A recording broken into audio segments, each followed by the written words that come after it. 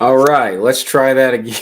Let's try that again. Sorry about that. I had to send, I guess, two links. The first link, you can delete it. It did not work. Apparently, the setting wasn't putting the signal towards the camera in my device, so I had to go back and fix that. And that included sending a new link. So hopefully, you're able to get this and you see me, or you can watch the replay if you can't catch it live. But this is just a little follow-up video we do every week. You can take advantage of it or watch the replay where we go over some of the highlights from the topic that we covered the previous week. So I'm going to cover some of the stuff that's from the tier of week 5 that we were dealing with credit and credit scores, what credit is, how the three main credit bureaus operate, what they are, how to establish credit, how they weight the scores, things you can do, the advantages of having good credit, how it gets you better interest rates, helps you, acquire loans to make larger purchases for investing, and also in practical ways at your young age as a teenager, you can actually establish credit simply by, I don't know, making small purchases and paying it completely off each month with just one credit card. Establish good credit and actually can help you save money on some setup things that you need in your early life. We talked about when you're getting your first apartment, a lot of times you got to set up utilities, maybe internet services, electricity, things like that. Some of these companies will without mentioning it, try to give you some sort of installation fee that you got to pay, or just to come out, they're going to charge you $125 to set up your cable or whatever it is. And sometimes you can actually say, hey, can you waive that if if you do a credit check and it checks out? And a lot of times you can waive those initial fees that save me hundreds, if not close to about $1,000 when I take advantage of all the things I was able to do when I was in my early 20s. And that can be really helpful when you're starting out. Okay. So, that's a quick rundown. I'm going to go over some of the highlights. Okay. So if you go back, I highly encourage you, even if you were here live, Ian, and you need to go back, it's something that will be worth hearing more than once before you're really going to remember, so that you have the replay available for you for that. But we talked about what the definition of credit is. There's probably a few ways to describe it, but a very mainstream Webster dictionary definition, it's really the ability of a customer to obtain goods or services before payment, right? Before you're able to pay with your own money, based on the trust that that payment will be made in the future, right? And so I might need a home and it's several hundreds of thousands of dollars. I don't have that much money liquid. In other words, I can't just write a check for $400,000. Maybe some people can, but most people don't, right? So I have established credit. I have established the fact that my history says I'm a person who can be trusted to pay back my bills. So I go to a banking institution or a mortgage loan institution, and they agree to let me borrow that money so I can buy that house, start living in it now, and make payments over time. So that's an example of credit. We talked about the 4 main ranges of credit scores. So bad is considered anything between like 300 and 629. So there's a pretty big range there, 329 points basically of what could constitute bad. You might be in bad credit just by missing a payment early on or twice when you first get started when you're young. Maybe if you who knows, you foreclose or you could declare bankruptcy. I mean, boom, you're going to be in the dumpster for a while. I think it takes as many as maybe 7 years to come out from some of that, some of the damages of declaring bankruptcy, but that's kind of an extreme case. A fair credit score is considered between 630 and 689. And once you get to 690 up to about, I think it's 719, that's considered good credit. Okay. A lot of people, if they do what's wise and just maybe get one credit card just to what we call established credit, just to have some sort of history that people can see, hey, he has borrowed stuff and he wasn't being insane about it. He borrowed a small amount and he was able to pay it back immediately. So it usually doesn't take too long to get in that good credit range. And that'll help you out getting pretty low interest rates on a lot of areas. Keep being faithful and you can get up to 720. Once you're at 720 or higher, I think it goes up to 850, 720, 850. That's considered excellent credit. So you're going to be automatically establishing yourself to get the lowest available interest rate on a mortgage, on a car loan, on maybe who knows what it is, home equity loans, things like that. And it can be very advantageous in a lot of ways. And that's something you want to be diligent about. Okay. So that's credit. You got 4 main categories. You want to get into that good to excellent category, obviously, but there's a lot of advantages to this, right? So the 5 factors that make up your credit score, that's something else we talked about during the live. I'm going to go over that real quickly. 5 categories is payment history. That's the most important. right? Paying your bills off every time, how consistently you paid them off on time. It's 35% of what they take into account of your credit score.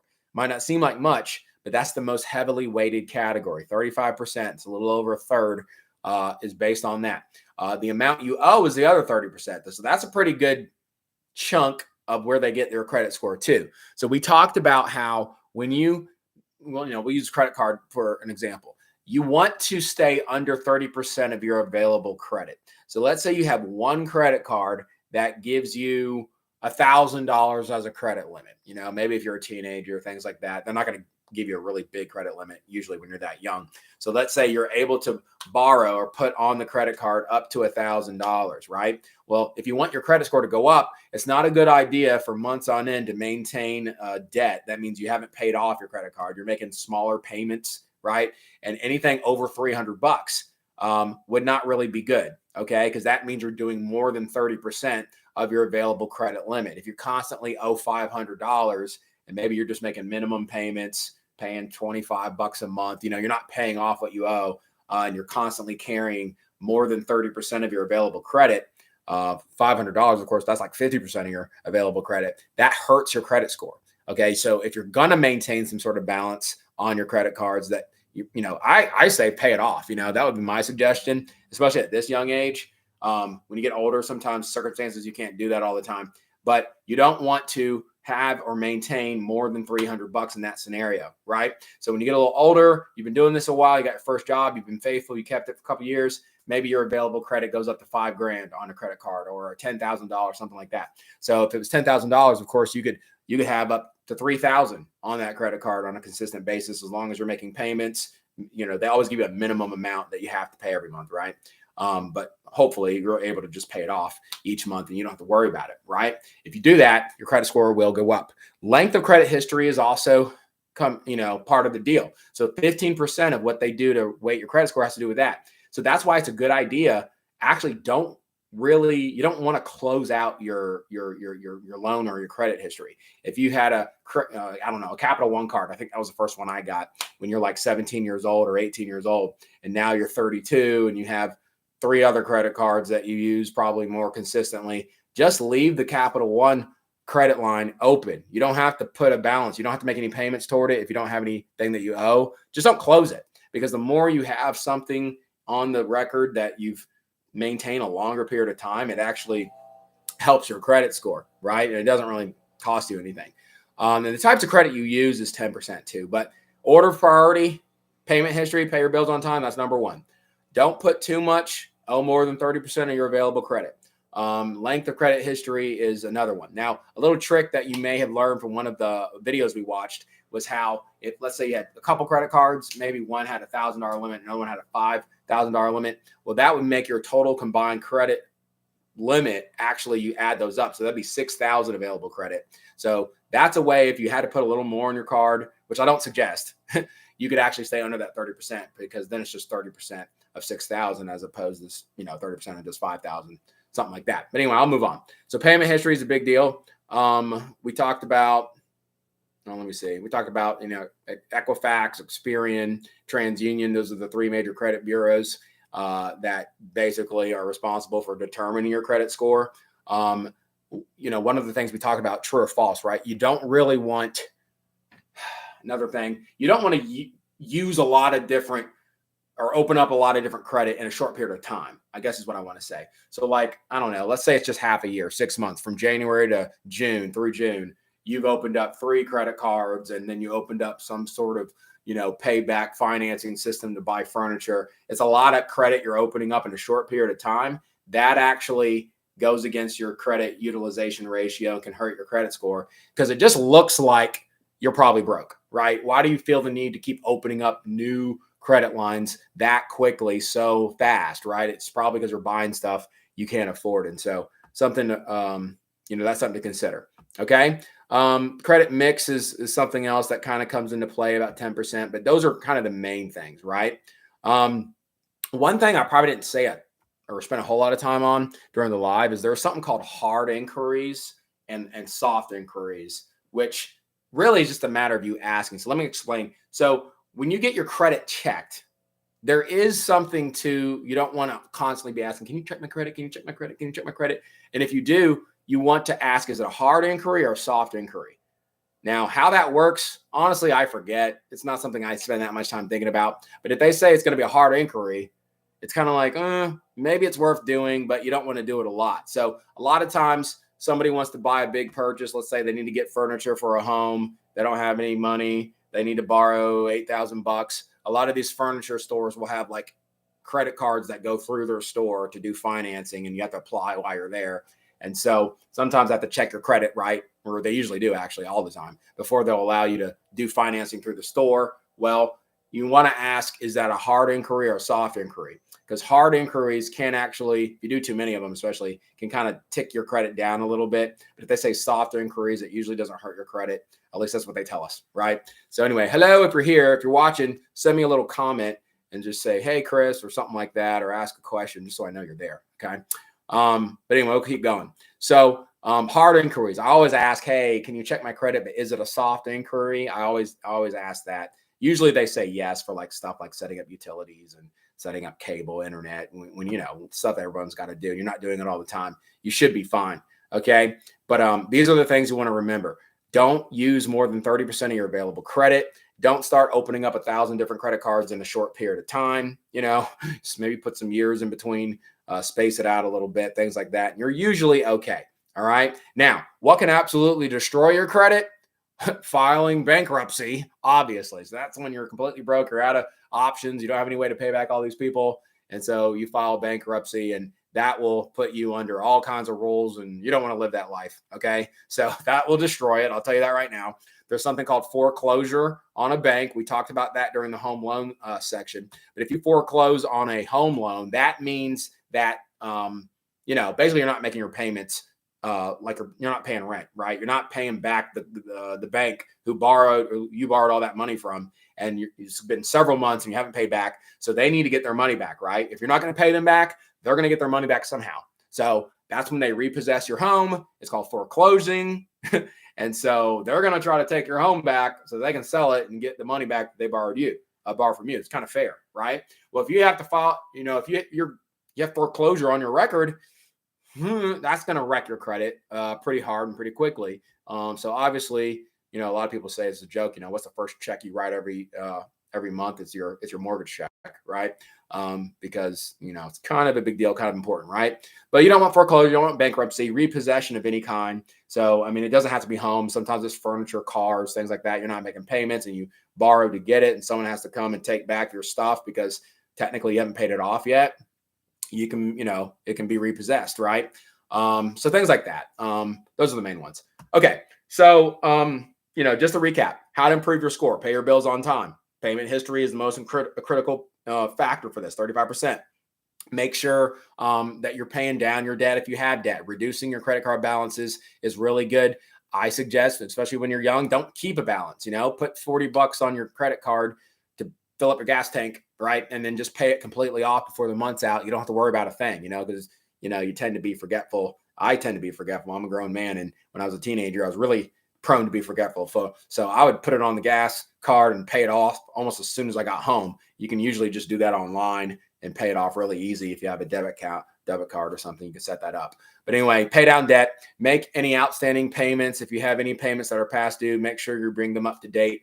It could save your credit score from being even bigger. Where you really get into trouble with late payment, a lot of times they'll give you some grace period. But when it's past like 30 days, 60 days, that's 2 months, 90 days past due and more, that much time's elapsed, that's when you can really count on your credit score starting to dip, right? You're a few days late making your mortgage payment. That's happened to us before, just for whatever reason we forgot or we thought we sent it out.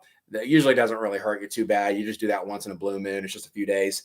No one's going to panic. But you're getting months on end and you haven't made your payments, that's when your credit can really get wrecked, right? So another thing we talked about, if you do see something that someone's accusing you of when you're checking with the credit bureaus, Equifax, Experian, things like that, you can dispute it. And so you definitely want to defend yourself if you see they claimed you made a purchase or you did something that you didn't do, you can dispute it, and that can help protect yourself. You can sign up for websites like creditkarma.com. I think every month at least they will send you a free update on what your credit score is if you sign up there. And there's other websites out there. And like I said, you want to limit new credit requests and hard inquiries you want to stay away from, right? Because a hard inquiry, that can stay in your report for 2 years. I didn't say that during the session, but it's true. So that can, but the impact of that fades over time, but it'll stay there for a couple of years. We're going to end it really quickly, but the last thing I just wanted to say, the last thing I wanted to say had to do with some of those questions, right? If you're asked, what is a good credit score? Okay, true or false? If you're watching, comment true or false. A credit score of 720 is considered good. 720, is that considered good? I'll give you the options: poor, average, good, or it could be excellent. 720, that's considered good. Okay, is that true or false? I'll give you a few moments and then I'll tell you. But if you're watching live, it'd be cool if you could chat it in and tell me what you think. True or false? Good, average, excellent. Those are the categories, but I said good. 720 is good. The answer, it's actually considered excellent. 719 and a little under, that's I think it's 680 to 719, something like that. That's considered good, right? Maybe 690 to 719. But 720 and higher up to 850, that's actually considered excellent, right? Considered excellent. So that's always a good thing. All right. What is the biggest contributing factor to your credit score? If you're listening, that's another question I wanted to throw your way. What's the biggest contributing factor? I'll give you a list. It's either the different kinds of credit you have, it's the new credit that you establish, is the length of credit, payment history. Okay, I think that's 4, but 2, but that's really 4, right? Mix of credit, new line of credit, length of credit, payment history. What's the most important contributing factor that impacts your credit score?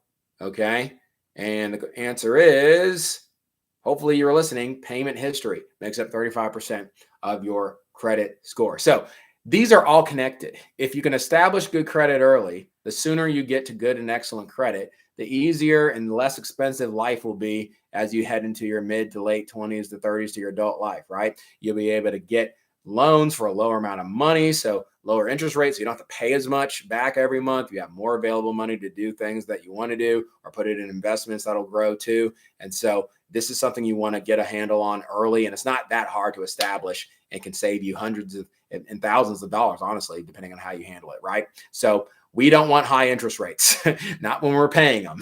We want high interest rates of return on our investments. We'll talk about that this week, but we don't want to have to pay with high interest if we can avoid it, right? So that can help. All right, that's all I really wanted to say. Quick kind of touch-up video. I think we're about 17, 18 minutes. Thanks for watching, and I will see you guys today at noon, okay? See you in about 40 minutes. Catch you on the next one. Bye, guys.